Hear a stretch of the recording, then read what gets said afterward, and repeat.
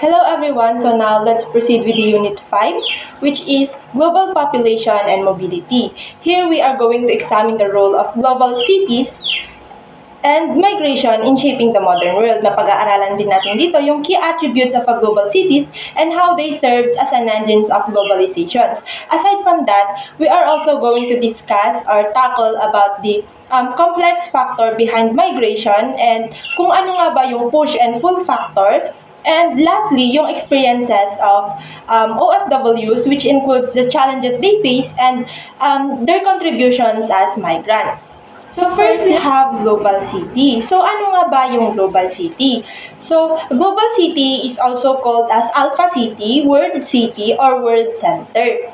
So these are urban centers that plays pivotal role in the global networks of economic, political, and cultural exchange. So when we say urban, these are highly industrialized cities or areas or well-developed cities or areas and high population density area where people live, work, and interact with each other.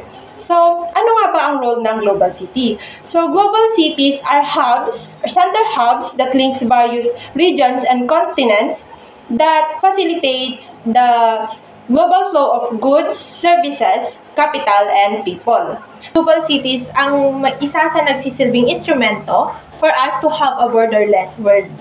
Yon. So now let's proceed with the key attributes of a global city. When we say key attributes, these are the key features or essential characteristics and qualifications of a global city. So first we have economic powerhouse. So global cities are characterized by their economic significance. They have strong presence in industries katulad ng finance, media, and technology. And they are home of the headquarters of multinational corporations, major finance institution, and stock exchange. So dahil dito, nagiging center sila ng global economic activities. For example, we have New York. We have the top three countries or cities. We have New York, London, and Tokyo. So, New York, kilala ang New York for having a strong economy. So, nandito kasi yung Wall Street, and yung Wall Street is the most influential and major finance institution in the whole world. So, according nga kay Sanskia na economy or economics is the major determining factor of a global city kasi ito yung nakakapag-attract sa mga tao to move in. So, sinong tanga ang nilipat sa ibang bansa kung alam mong papalubog na ang ekonomiya nila, di ba? So, ayun. So, next we have cultural influence. So, kilala ang global cities as cultural magnets that attracts ideas and talents from across the world. Dahil they often host international influential cultural activities kagaya ng museums, theaters, and mga major festivals. Dahil dito, nakakapag-attract sila ng international attention. Kumbaga, worldwide siya. For example, we have Paris. So, kilala ang Paris sa larangan ng fashion and art. So, Paris is also called as the capitals of world fashion. Kasi nga, birthplace ito ng haute couture or high fashion in English. And nandito din kasi yung mga prestigious fashion houses kagaya ng Louis Vuitton. Kumbaga, worldwide siya. Next, we have political power. So, global cities are home of international organizations, embassies, consulates, and government institutions that influence world affairs. Dito nangyayari ang international diplomacy, policy making, and global governance. For example, so global cities are political centers. For example, we have Geneva. Geneva is a city sa Switzerland. And nandito yung headquarters ng UN and World Health Organization. So alam naman na natin, hindi naman nabago sa atin yung role ng UN, which is to maintain peace and security within its member states. So, ayun. we have digital innovation and infrastructure. So, global cities are at the forefront of technological advancement. So, when we say forefront, hindi sila nagpapahuli sa mga technological advancement. Bukod sa hindi sila nagpapahuli, sila pa ang nangunguna dito with focus on innovation, digital infrastructure, and sustainable development. So, dahil dito, nakakapag-attract sila ng research institutions, technology companies, and startups that contributes to the development or evolution of technology industries kagaya ng information technology, biotechnology, and renewable energy. So for example, we have Silicon Valley. So Silicon Valley ay located sa southern San Francisco Bay, California. And kilala ang Silicon Valley sa bilang dominant sa electronics, computer, software, and technology-related companies kagaya ng Meta or Facebook and ano na yung isa? Meta and Facebook and yon. Lastly, we have diverse population and international connectivity. So, global cities have diverse population. People from various cultural, linguistic, and religious backgrounds. And because of this, nagre-create sila ng cosmopolitan atmosphere. When we say cosmopolitan, this is the mix of local and international cuisines, traditions, cultures, and lifestyle, and etc. So, for example, we have New York. So, New York ay may diverse population kasi iba't ibang ethnicities ang nandito. We have Hispano, Asians, African American, and etc. with over 200 languages spoken. So, dahil dito, kino-consider ang New York as a true melting pot. Dito, nagmimix yung iba't ibang kultura, tradition, ganon. And lastly, we have international connectivity. So, global cities have extensive transportation and communication. When we say extensive, well-developed siya. Well-developed transportation, mapa-air man yan, land or water. Yan. So, ayon, global cities serves as the primary node of globalization. Moving on to how cities or global cities serve as engine of globalization. So, paano nga ba? Number one, when it comes to economic and trade networks. Alam naman natin na sa cities, nagfa-facilitate ang movement ng goods, services, and capital, na kung saan it serve as key points in international trade. And cities often host major ports like airports, ports or yung daungan, and syempre transportational hubs na kung saan kinokonekta nito ang iba't ibang mga region, enabling them the seamless flow of goods and services across border. And ang role nito sa financial global market or the global financial market is also contribute to the fluid movement of capital and investment. For example, yung New York's Wall Street as a financial capital of the world, na kung saan New York Wall Street is a home to numerous financial institutions. Nandiyan na ang New York Stock Exchange, mga investment banks, mga asset management, hedge hubs, na kung saan nakaka-influence sa trade and economic and trade network ng isang bansa. Second, when it comes to cultural exchange, alam naman natin na ang cities, it acts as a cultural bridge between nations. na kung saan it bring together different culture sa pamamagitan ng migration, tourism, and of course, cultural exchange. Na kung saan the international nature of global cities is paunlarin ang innovation and creativity as people from different backgrounds share ideas and knowledge to one another. And this cultural fusion helps drive the global spread of trends such as fashions, food, entertainment, and art. For instance, the global influence of Hollywood movies to and the export of American culture. For instance, may isang turista na pumunta sa Amerika.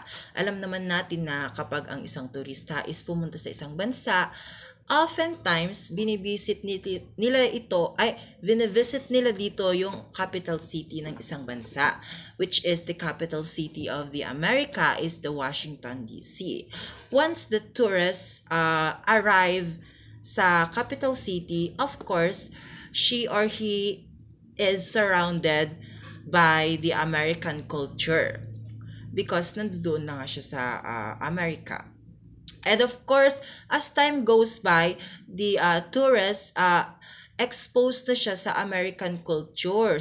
Katulad ng mga pagkain, mga fashion, mga entertainment, katulad nga nung Hollywood movies, tapos yung mga arts. Siyempre, when the tourist came back to his or her home country, doon na nangyayari ang export of American culture, na kung saan yung culture ng Amerika is na ilalabas niya na within the country.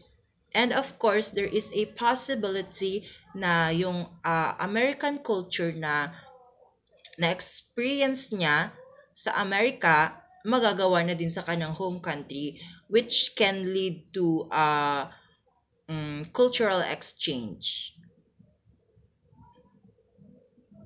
Third, when it comes to innovation and knowledge hubs, we all know that cities are centers for research and development because nandito nga yung mga universities, mga research institutions na kung saan dito sila nagge-generate ng cutting-edge knowledge and technological innovation. And of course, global cities serve as incubators for new technologies and of course industries na kung saan they develop or they shape economy by developing and commercializing new products and services. For instance, yung the role of Silicon Valley in the tech industry's growth and advancement of the digital economy, na kung saan ang Silicon Valley is home for headquarters for technology giants katulad na lamang ng mga Google, mga Facebook, iPhones or Apples, na kung saan it influence one's economy when it comes to being technological advanced, na kung saan it has a advantage, especially nowadays na kung saan we are living in a technological age. Yes. When it comes to labor migration and workforce diversity, alam naman natin na ang cities are magnets for skilled laborers and migrants from all over the world, making them critical to the flow of human capital.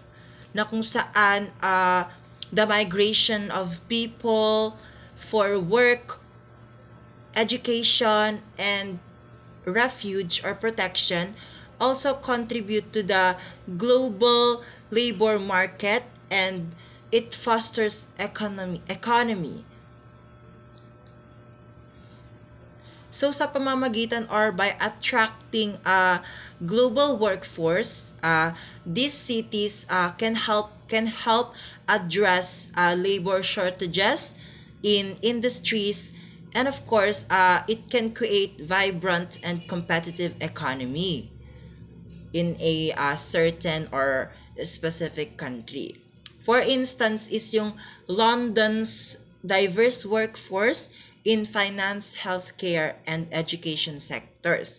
So, sa London nga, ina-attract nila yung mga iba't ibang professionals from different countries na kung saan magtatrabaho sila sa different sectors, katulad na lamang sa finance, sa healthcare, and of course education, na kung saan ang pros dito is they can showcase their diversity.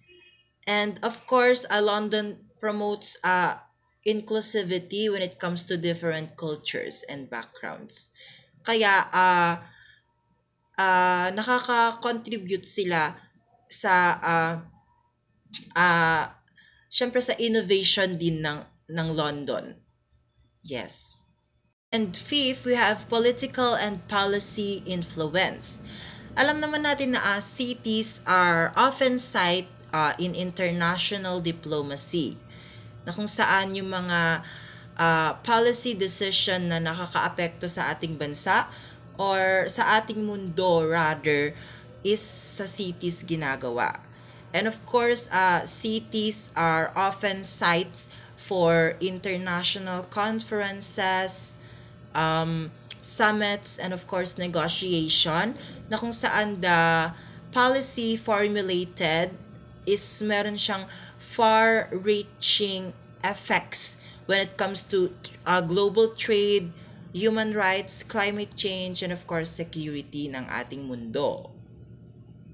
For instance, is yung the influence of the United Nations in New York on international peace and security. Na kung saan, alam naman natin na ang New York is a state in America, and alam naman natin na America is one of the permanent member of the United Nations. And of course, basically speaking, syempre, nai-influence ng United Nations ng Amerika, syempre member nga nito ang Amerika, na kung saan yung mga policy decisions na ginagawa sa United Nation is it can influence the member of the United Nations. Katulad na nga lang ng International Peace and Security ng New York City, because as a member of the United Nations, syempre responsibilidad ng United Nations na i-influence din ang New York as a state of America, and of course as a member of the United Nations. And that's all. Next reporter, please.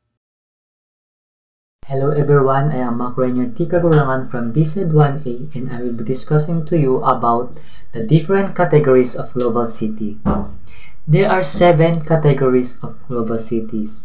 These are global giants, emerging gateways, factory China, Asian anchors, knowledge capital, international middleweights, and lastly the American middleweights. Firstly, I will discussing to you the global giants. Ano nga ba ang global giants? These are the world's most influential cities, often acting as global financial, cultural, and political hubs. They are characterized by their immense size, economic power, and international reach. For example, there are 6 known global giants around the world. 2 sa Amerika, 2 sa Europe, and 2 sa Asia. Unahin natin muna ang Amerika. Nandito ang New York City and Los Angeles sa USA. Bakit ba tinaguri ang New York City bilang global giants at Los Angeles bilang global giants din? Dahil ang New York City sa USA is the global hub of finance, media, and fashion, known for its towering skyscrapers, bustling streets, and diverse cultural scene. Its Wall Street is synonymous with global finance, and its Broadway is a world-renowned center for theater. Sa Los Angeles naman sa USA ay a global center for entertainment, media, and technology. Los Angeles is a home of Hollywood, the heart of the film industry, and Silicon Beach, a growing hub for tech startups. It is also a major center for fashion, music, and sports. Dumako na naman tayo sa Europe. Siyempre, dalawa ang nasa Europe. Ito ang London sa United Kingdom at sa Paris sa France. Bakit under sila sa global giants? Dahil ang London is a historic city with a rich cultural heritage. It has become a leading center for finance, education, and technology. Its financial district, known as the City, is the one of the world's most important financial centers.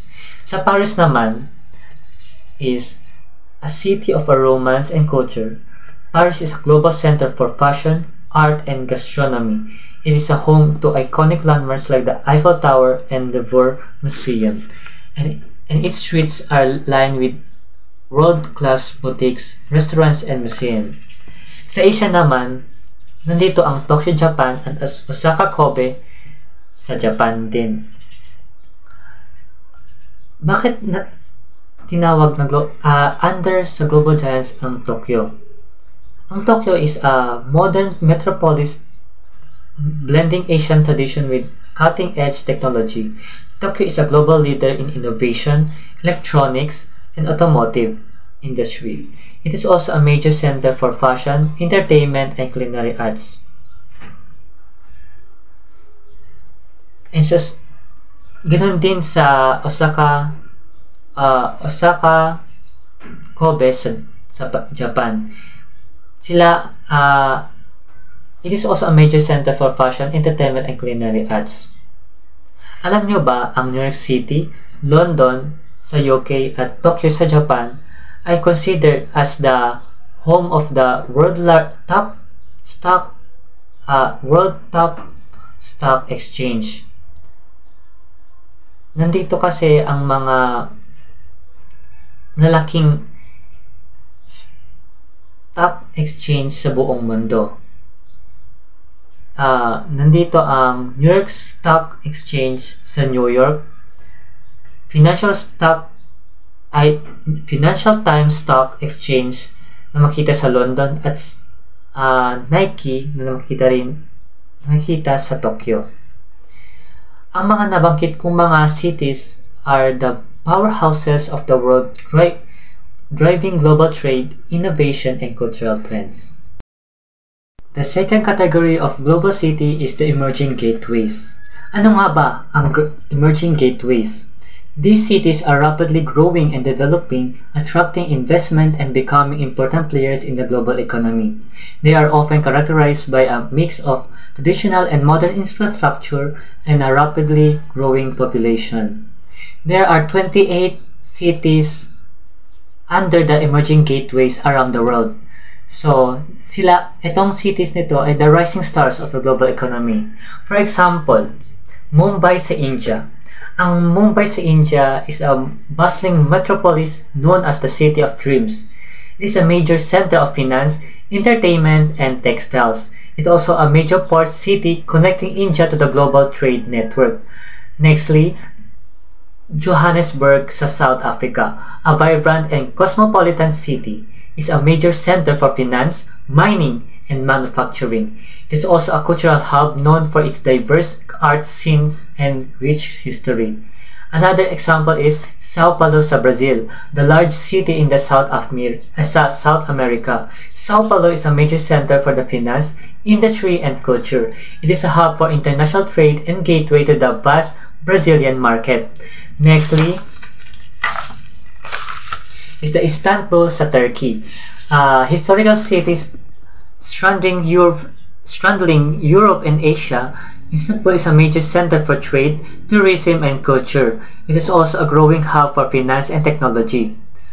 Lastly, na example ko isa ay Shenzhen sa China, a former fishing village that has transformed into a global tech hub.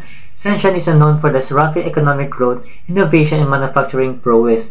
It is a home to many tech giants including Huawei and Tencent. So, ito ang mga ilan na example na under sa gateway. Ang mga cities na ito is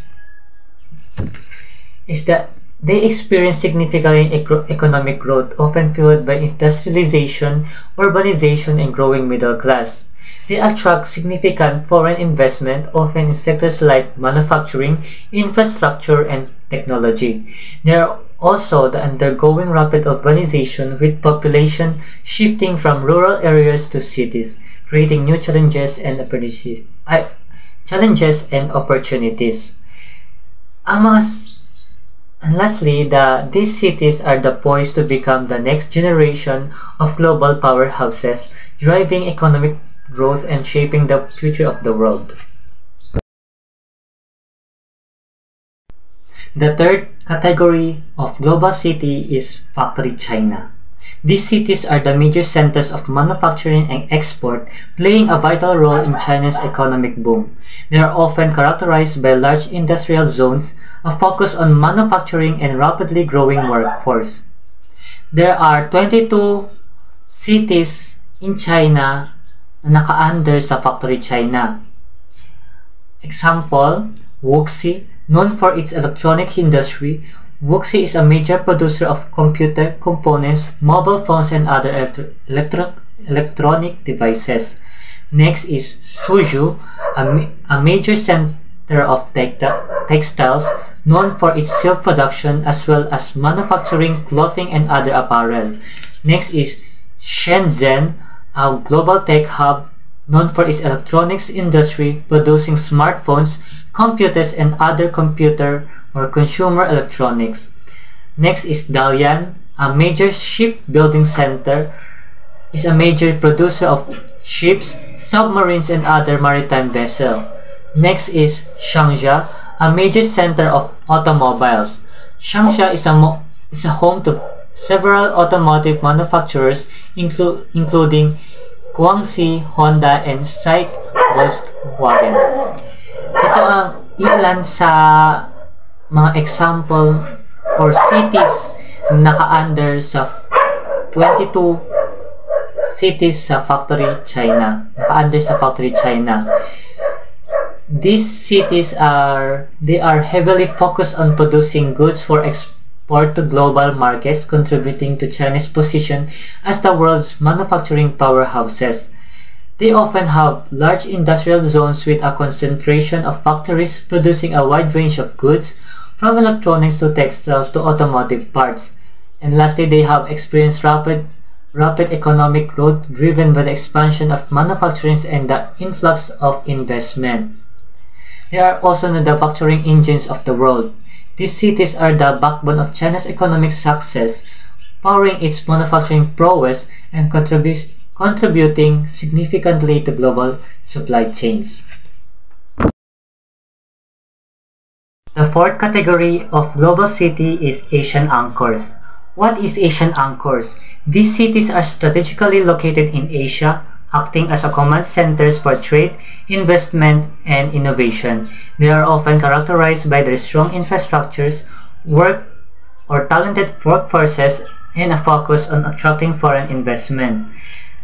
There are six cities under the Asian anchors. There are Beijing in China, Hong Kong sa China, Seoul, Incheon sa South Korea, Shanghai sa China, at sa Singapore. Bakit ba naka-under sa Asian anchors ang mga ito? Dahil ang Beijing is a major center for politics, culture, and education. Sa Hong Kong naman, is a major hub for trade, finance, and investment, also a cultural melting pot blending Chinese and Western influences. So Incheon naman is a home to several tech giants including Samsung and Hyundai. So Shanghai, China naman is a global financial center as a major hub for trade, finance, and investment. Known for its vibrant arts, scenes, and rich culture. So Singapore naman is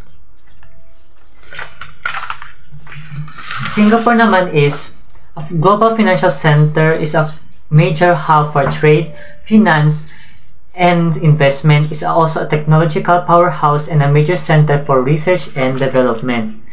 So, bakit sila naka-under sa Asian Anchors? Because they have well-developed infrastructures including transportation, networks, ports, airports, and telecommunication system facilitating trade and investment.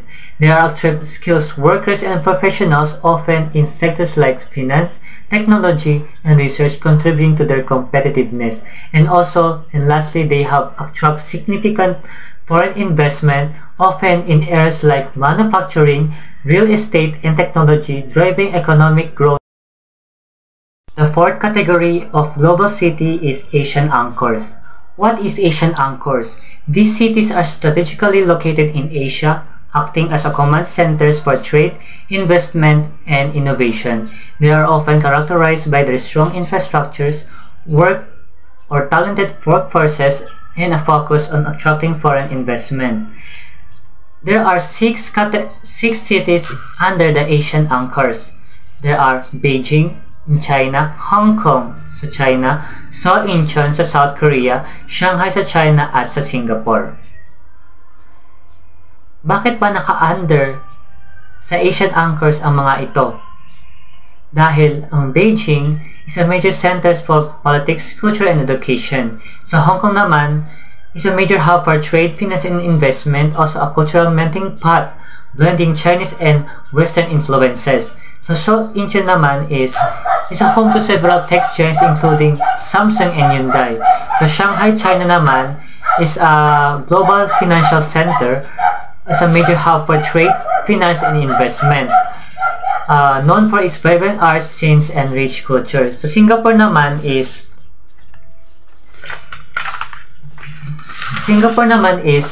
a global financial center, is a major hub for trade, finance, and investment. Is also a technological powerhouse and a major center for research and development. So, bakit sila naka-under sa Asian Anchors? Because they have well-developed infrastructures including transportation, networks, ports, airports, and telecommunication system facilitating trade and investment. They are skilled workers and professionals often in sectors like finance, technology, and research contributing to their competitiveness. And lastly, they have attract significant foreign investment often in areas like manufacturing, real estate, and technology driving economic growth. The fifth category of global city is knowledge capitals. These cities are centers of education, research, and innovation, driving technological and scientific advancements. They are often characterized by top universities, research institutions, and a thriving tech sector. The knowledge capitals has 19 cities under it. Example, Boston in USA, a leading center for education and research. Boston is home to prestigious universities like Harvard and MIT, and it is a major hub for biotechnology, healthcare, and technology. Other example is San Jose, USA, the heart of Silicon Valley. San Jose is a global center for technology innovation, home to major tech companies like Apple, Google, and Intel, and also Seattle, USA, home of the companies like Microsoft, Boeing, and Amazon. Why is these cities are under the knowledge capitals? Because they are home to the world-class university that attract top students and researchers from around the world. They have a strong network to research institutions, government, laboratories, and private companies dedicated to innovation. They are often also home to the thriving tech sectors with a concentration of startups, venture and capitalists, and technological companies.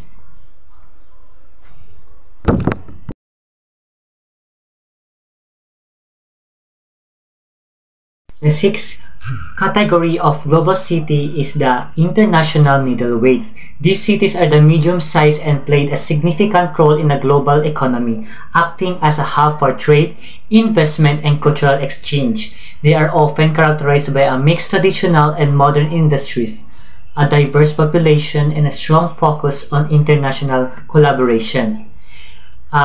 International middleweights has 26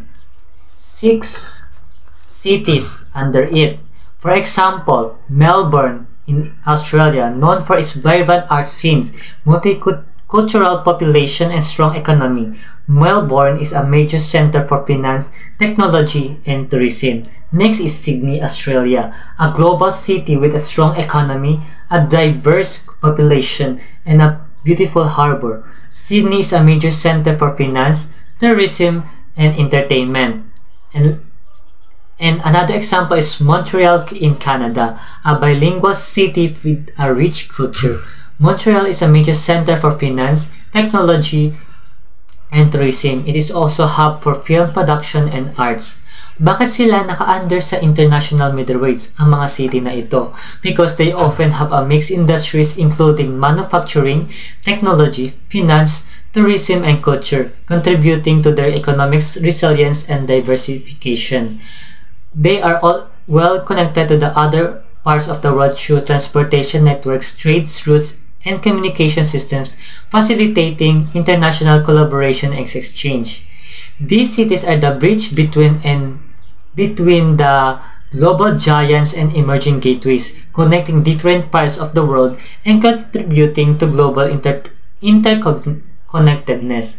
International middleweights is also known as the global connectors. Sila ang nako-connect sa mga global giants and emerging gateways sa buong mundo, na supplying and nag-a-assist sa mga or nag-import-export ng mga goods and services sa iba't ibang country. The seventh and last category of global city is the American middleweights. These cities are the medium-sized and play a significant role in the United States economy, contributing to various sectors including manufacturing, technology, finance, and culture. They are often characterized by a mixed traditional and modern industries, a diverse population, and strong sense of community. Under the American middleweights, there are 16 cities known for under it. For example, Orlando, Florida. This is the home of Walt Disney World, Universal Studios, and SeaWorld. Another example is the Indianapolis from Indiana, known as the racing capital of the world. Indianapolis is a home to the Indianapolis Motor Speedway and a thriving automotive industry. It is also a major center for healthcare and education. Ito mga ilan na mga example na under sa American middleweights. Bakit sila naka-under or the 16 cities, bakit na-under sila sa American middleweights? Because they have often have a mix of industries including manufacturing, technology, finance, healthcare, education, and agriculture, contributing to their economic resilience and diversification. Sila ang mga the backbone of the America na driving regional economies, fostering innovation, and contributing to the nation overall growth and prosperity. Ito lamang po at maraming salamat po.